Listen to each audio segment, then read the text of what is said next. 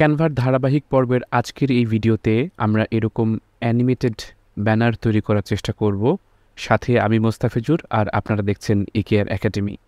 এরকম animated banner যখন কোথাও আপলোড হয়, এতে করে বেশি পরিমাণ মানুষের কাছে পৌঁছানো এবং আকর্ষণীয় হওয়ার জন্য বেশি বেশি এঙ্গেজমেন্টও কিন্তু বেড়ে যায়। সেজন্য এরকম গ্রাফিক্যাল অ্যানিমেটেড ব্যানারের দিন দিন চাহিদা বাড়ছে। আপনি ক্যানভার মাধ্যমে এটা তৈরি করার জন্য ক্যানভা থেকে কাস্টম সাইজে ক্লিক করুন এবং সুনির্দিষ্ট একটা সাইজ দিয়ে দিন। এখানে আমি 1080 বাই 1080 একটা স্কোয়ার শেপ আমি নিচ্ছি। ক্রিয়েট নিউ ডিজাইনে ক্লিক করলে এরকম ব্ল্যাঙ্ক ক্যানভাস আসবে। দেখুন আমাদের যে ব্যানার রয়েছে সেখানে আইকন থেকে শুরু করে বিভিন্ন ধরনের লেখা দেওয়া হয়েছে। প্রথমে আমরা লেখার কাজটা দেখব, তারপরে আমরা আইকনের কাজগুলো দেখব। কোনো কিছু লিখতে হলে জাস্ট টি প্রেস করুন অথবা এই টেক্সট বাটনে ক্লিক করুন। লেখা নিয়ে আসার জন্য টেনে ড্র্যাগ অ্যান্ড ড্রপ করে নিলেই কিন্তু লেখা চলে আসে। এরপর আপনি যে কোনো লেখা পরিবর্তন করতে পারবেন, যেমন আমি এখানে লিখলাম। ওকে, সো লেখা লেখার পর আপনি যে কোনো জায়গায় মুভ করতে পারবেন এবং লেখার ফন্ট পরিবর্তন করার জন্য এখানে ক্লিক করুন। আপনি যে ফন্ট পরিবর্তন করতে চান, যেমন আমি এখানে অনেক ফন্ট পরিবর্তন করতে চাচ্ছি, সেই ক্ষেত্রে আমি এখানে যে কোনো ধরনের ফন্ট কিন্তু আমি পরিবর্তন করতে পারি। দেখুন এখানে ফন্ট পরিবর্তন করা যাচ্ছে এবং সেটা বোল্ড কিংবা ইটালিক করা যাবে। এটা আমি বড় ছোট করতে পারবো, এমনকি ভেতরের যে লেখার কালার সেটা আমরা পরিবর্তন করতে পারবো। ধরুন আমি ভিডিও কালার লাল করে দিতে যাচ্ছি, দেখুন এখানে লাল হয়ে গিয়েছে। যদি আমি পুরো লাইনের কালার পরিবর্তন করতে চাই তাহলে এখানে জাস্ট ক্লিক করে আমি নীল করে দিতে পারবো। এখন নীলের ভিতরে আমি এটা সবুজ করতে যাচ্ছি, ক্লিক করে দিলাম। দেওয়ার পর এখান থেকে আমি যে কোনো কালার, যেমন এই সবুজটা আমি দিয়ে দিতে যাচ্ছি। দেখুন এই পুরো লেখার ভেতরে জাস্ট ভিডিওর কালারটা আলাদা। লেখাকে আরও অনেক কিছু করা যায়, যেমন ইফেক্টে ক্লিক করুন, করার পর এখানে স্ট্রোক দেওয়া যায়। ধরুন আপনি স্ট্রোক দিতে যাচ্ছেন, এরকম আপনি স্ট্রোক দিতে পারবেন। স্ট্রোক মানে হচ্ছে লেখার চারিপাশে একটা দাগ দেওয়া। আমি এখানে কালারটা ব্ল্যাক করে দিব এবং এই থিকনেস থেকে আপনি চাইলে বড় ছোট এই স্ট্রোকের পরিমাণটা করে দিতে পারেন। এছাড়া এরকম শ্যাডো, তারপরে এরকম এই যে দেখুন একটা ব্লারি একটা ইফেক্ট হয়েছে, চাইলে এরকম করতে পারেন, চাইলে এরকম। এখানে অনেক ধরনের ইফেক্ট রয়েছে, সেই ইফেক্ট অনুযায়ী আপনি লেখার ডিজাইন পরিবর্তন করতে পারবেন। তো আমরা আপাতত কোনো ডিজাইন করতে চাচ্ছি না। এছাড়া লেখার অ্যানিমেশন করার জন্য অ্যানিমেশনে ক্লিক করুন এবং লেখা কিভাবে দেখাবে সেটাও কিন্তু আপনি এখান থেকে দেখিয়ে দিতে পারেন। ধরুন আপনি এইভাবে দেখাবেন, এখানে ক্লিক করে স্পিডটাকে আপনি কম বেশি করতে পারেন। দেখুন এখানে দেখাচ্ছে কিন্তু এইভাবে খুব সহজ এইভাবে অ্যানিমেশন করা যাবে। অ্যানিমেশন করা ছাড়াও বেশ কিছু কাজ রয়েছে আমরা যা পর্যায়ক্রমে শিখব। যেমন যদি আপনি কোনো ইংরেজি লেখা লিখেন, ধরুন আমি এখানে ইংরেজি লেখা লিখলাম, আমি চাচ্ছি সবগুলো বড় হাতের করব, সেই ক্ষেত্রে আপনি আপার কেসে ক্লিক করুন, তাহলে সবগুলো বড় হাতের হবে। আবার ক্লিক করলে লোয়ার কেস হয়ে যাবে। এইভাবে খুব সহজে আপনি কিন্তু আপার কেস লোয়ার কেস করতে পারবেন। এছাড়া যদি একসাথে অনেক বেশি লেখা হয়, ধরুন আমি এই লেখাটাকেই আমি জাস্ট কয়েকবার কপি পেস্ট করলাম এবং কিছু টেক্সট আমি অ্যাড করলাম। ওকে, সো এই লেখাকে আমি যদি বাম পাশে নিতে চাই তাহলে এইভাবে এখানে অ্যালাইনমেন্টে ক্লিক করে আমি বাম ডান এবং মাঝামাঝি আমি নিতে পারবো। এবং প্রতিটা লাইন থেকে লাইনের হাইট পরিবর্তন করা যাবে। দেখুন একটা লাইন থেকে একটা লাইনের হাইট অনেক বেশি, তো সেই জন্য আপনি চাইলে স্পেসিংয়ে ক্লিক করুন এবং লাইন স্পেসিং ক্লিক করে আপনি এখানে অ্যাডজাস্ট করে নিতে পারবেন এটা লাইনের কতটুকু দরকার সেটা অনুযায়ী। আপনি চাইলে কিন্তু একটা অক্ষর থেকে আরেকটা অক্ষরের যে মাঝখানে যে গ্যাপটা সেটাও পরিবর্তন করতে পারবেন লেটার স্পেসিংয়ের মাধ্যমে। দেখুন এখানে লেটার স্পেসিং করেও কিন্তু ডিজাইনে পরিবর্তন নিয়ে আসা যায়। এইভাবে খুব সহজে আপনি ফন্টের যে কাজগুলো সেটা আপনি করতে পারবেন। আশা করি ফন্ট নিয়ে আর কোনো ঝামেলা আপনার হবে না। তো আমাদের যে লেখাগুলো রয়েছে সেই লেখাগুলো আমরা চাইলে এখান থেকে কপি করে নিয়ে আসবো, যেহেতু লিখতে অনেক সময় লাগবে। জাস্ট আমরা লেখাগুলো কপি করলাম এবং এখানে আমি ডিলিট করে দিই এবং এটা পেস্ট করে দিই, তাহলে আমাদের লেখাগুলো চলে আসলো। একইভাবে আমাদের যে হেডিংয়ের যে লেখাটা সেটাও আমরা কপি করলাম, কপি পেস্ট। এখানে টিপস হচ্ছে, যখন আপনি কোনো হেডিং দিবেন কিংবা যখন আপনি কোনো হেডিংয়ে কোনো লেখা দিবেন, তখন মূল যে লেখাটা সেটা বোল্ড আকারে দিবেন, একটু যেটা বোল্ড হয়, এবং ডিসক্রিপশন যেটা সেটা একটু লাইট কোনো ফন্টে দেওয়ার চেষ্টা করবেন। এবার আমরা এই ডিজাইনের মতো এখানে দেখুন একটা অ্যানিমেটেড ক্যানভা লেখা আছে।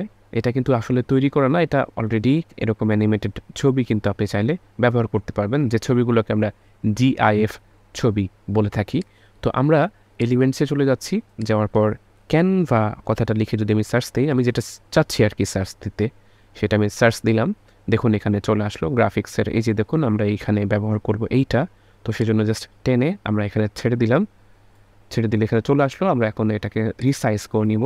দেখুন আমরা রিসাইজ করলাম, এই তো রিসাইজ হয়ে গেল।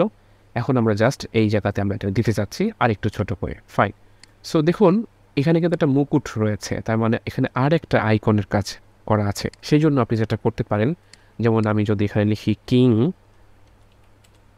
তাহলে এখানে প্রচুর অনেক কিছুই আসবে। যেমন দেখুন এখানে মুকুট আসছে আর অনেক কিছুই আসছে। তো আমি এখান থেকে আমি জাস্ট একটা, যেমন এইটা আমি ব্যবহার করতে চাচ্ছি, এখানে সিলেক্ট করে দিলাম।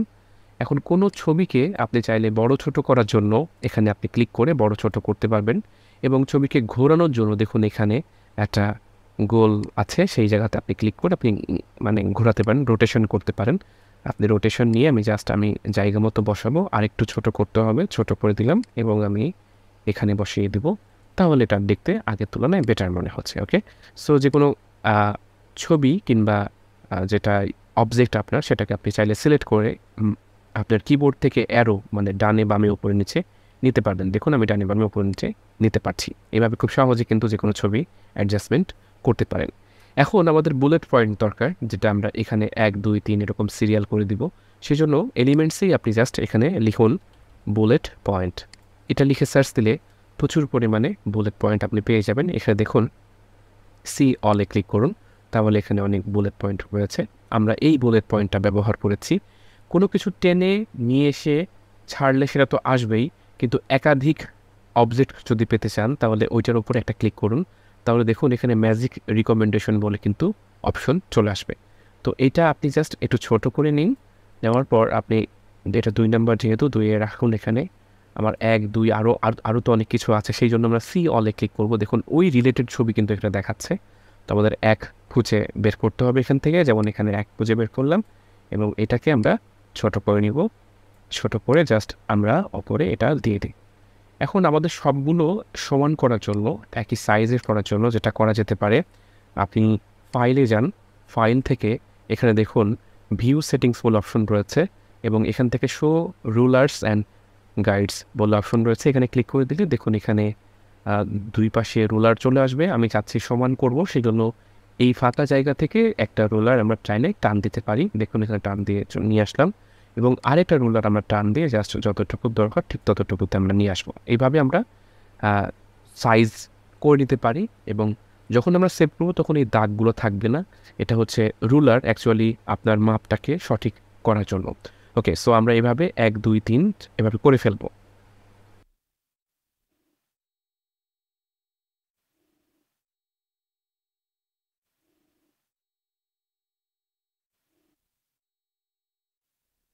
ওকে, আমাদের যে পয়েন্টগুলো সেটা আমরা নিয়ে নিয়েছি। এখন আমরা চাইলে রুলারগুলোকে ডান পাশে সরিয়ে নিলেই কিন্তু চলে যাবে। দেখুন রুলার আর নেই, এবং সবগুলো একসাথে সিলেক্ট করার জন্য আপনি জাস্ট ড্র্যাগ অ্যান্ড ড্রপ করতে পারেন, এবং তাহলে সবগুলো সিলেক্ট হবে, এবং আপনার পজিশন মতো যেখানে আপনার দরকার সেখানে আপনি নিতে পারেন।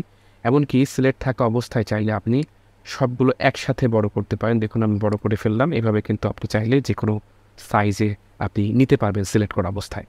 দেখুন এখানেও কিন্তু আমরা চাইলে এটুকু সিলেক্ট করতে পারছি এবং আমি জায়গার মধ্যে নিতে পারছি, এবং আমি চাইলে পুরোটাকে আবার সিলেক্ট করতে পারবো। এইভাবে সিলেক্ট করে আমি চাইলে যেভাবে ইচ্ছা সেভাবে নিয়ে আমরা ইচ্ছা মতো এটাকে কাজে লাগাতে পারি। তাহলে আমাদের মোটামুটি লেখার কাজ শেষ। এখন নিচের দিকে আমাদের ছবি দেওয়ার পালা। তো ছবি আপনার জন্য এখানে এলিমেন্ট অপশন রয়েছে। আমরা চাচ্ছি এইরকম একটা ছবি ব্যবহার করব। সব ছবি যে এলিমেন্টের মধ্যেই পাওয়া যাবে এরকমটি নয়। যেমন আমরা এই ছবিটা ডাউনলোড করে নিয়ে এসে ব্যবহার করেছি। আপনি চাইলে এলিমেন্টের মধ্যে ক্যানভা লিখে সার্চ দিতে পারেন। যেমন আমি এখানে ক্যানভা লিখে সার্চ দিলাম। আমি যেহেতু ক্যানভারই এটা ব্যানার বানাচ্ছি, সেই জন্য আমি ক্যানভা লিখে সার্চ দিলাম। ফটোর ভিতরে ক্লিক করুন। এখানে দেখুন ওই রকম ক্যানভা টাইপের কোনো ফটো রয়েছে কিনা। আপনি চাইলে যে কোনো ফটো আপনি এখানে ব্যবহার করতে পারেন ক্যানভা রিলেটেড। তো যদি এখানে ওই রকম ছবি না থাকে, এই ছবিগুলো ব্যবহার করার নিয়ম খুবই সোজা। জাস্ট আপনি ক্লিক করে ড্র্যাগ অ্যান্ড ড্রপ করলে এখানে ছবি চলে আসবে। তবে আমরা এক্সেপশনাল ছবি চাচ্ছি, সেজন্য আমরা ছবি নেওয়ার জন্য অনেকগুলো অপশন রয়েছে। তার ভিতরে গুগল ইমেজ একটা, গুগলে চলে যান, ইমেজে ক্লিক করুন। এরপরে আপনি ক্যানভা ডিজাইন লিখে সার্চ দিন। দেওয়ার পর তখন দেখুন এখানে অনেকগুলো অপশন আছে, তার ভেতর থেকে আপনি ধরুন আপনি এইটা নিতে চাচ্ছেন, এরকম ডিজাইন আপনি নিতে চাচ্ছেন, রাইট বাটন ক্লিক করবো আমরা, সেভ অ্যাজ ইমেজে যাব। দেখুন এই ছবিটা কিন্তু হচ্ছে ওয়েব বিপি ফরম্যাটের, তো সেই জন্য আমরা ওয়েব বিপি ফরম্যাটের ছবি নিতে পারবো না, জেপিজি সাইজের ছবি আমাদের নিতে হবে। তো সেই ক্ষেত্রে আমরা এটাকে নিব না, আরেকটা আমরা সন্ধান করব যে সহজ আছে এরকম টাইপের। দেখুন নিচে অনেকগুলোই রয়েছে, যেমন এটাও একটা ভালো ছবি, এইটাতে আমরা জাস্ট রাইট বাটন ক্লিক করব, সেভ অ্যাজে যাব, এবার দেখব যে এটা জেপিজি কিনা। দেখুন এটা জেপিজি, জাস্ট নিয়ে সেভ বাটনে ক্লিক করে দিলাম। এরপর আমাদের আপলোড বাটনে ক্লিক করে আপলোড ফাইলসে ক্লিক করলাম, করার পর এখান থেকে আমাদের যে সেভকৃত ছবি, যেমন এই যে এইটা, জাস্ট ক্লিক করে ওপেন বাটনে ক্লিক করলাম, তাহলে ছবিটা আপলোড হচ্ছে, দেখতেই পাচ্ছেন। ছবিটা আপলোড হওয়ার পর জাস্ট আমরা টেনে নিয়ে এসে ছেড়ে দিব, তাহলে আমাদের ছবিটা চলে আসলো।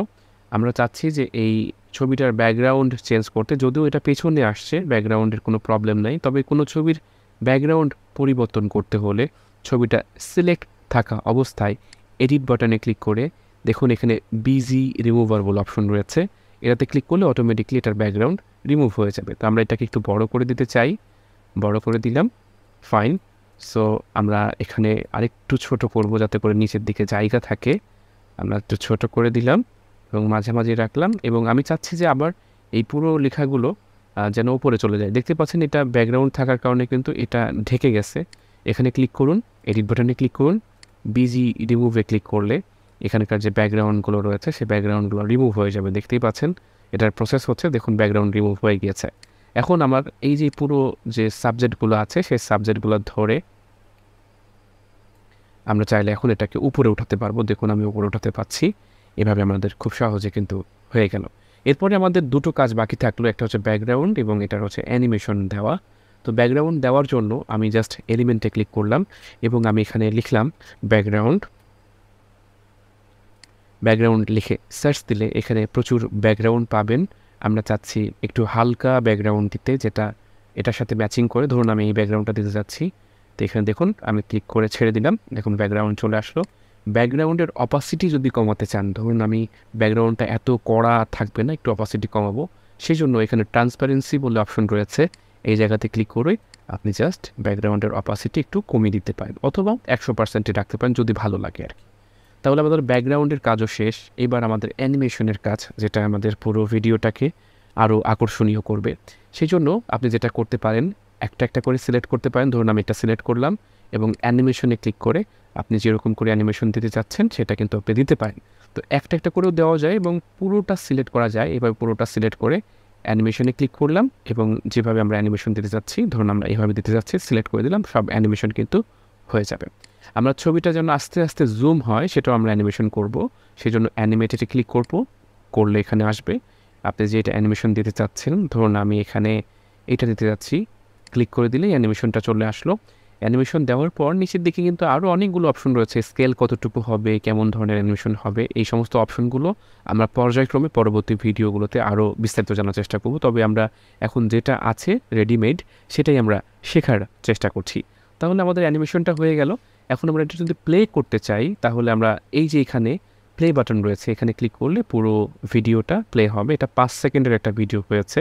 আপনার যদি মনে হয় যে আমি একটু সময় বাড়াবো, সেই ক্ষেত্রে আপনি এখানে দেখুন 5 সেকেন্ড রয়েছে, আপনি চাইলে এটা যতটুকু বাড়ানোর দরকার ঠিক ততটুকু আপনি বাড়িয়ে দিতে পারেন। ধরুন 8 সেকেন্ড। এখন যদি আপনি ভিডিও প্লে করেন তাহলে পুরো বিষয়টা 8 সেকেন্ড ধরে প্লে হবে। এভাবে খুব সহজে আপনি সেকেন্ডের যে ব্যাপারটা সেটা কিন্তু কমাতে বা বাড়াতে পারবেন। এবার এখন আমাদের এই ভিডিওটা সেভ করতে হবে, সেটা করার জন্য শেয়ার বাটনে ক্লিক করুন এবং এখানে ডাউনলোড বাটনে ক্লিক করুন।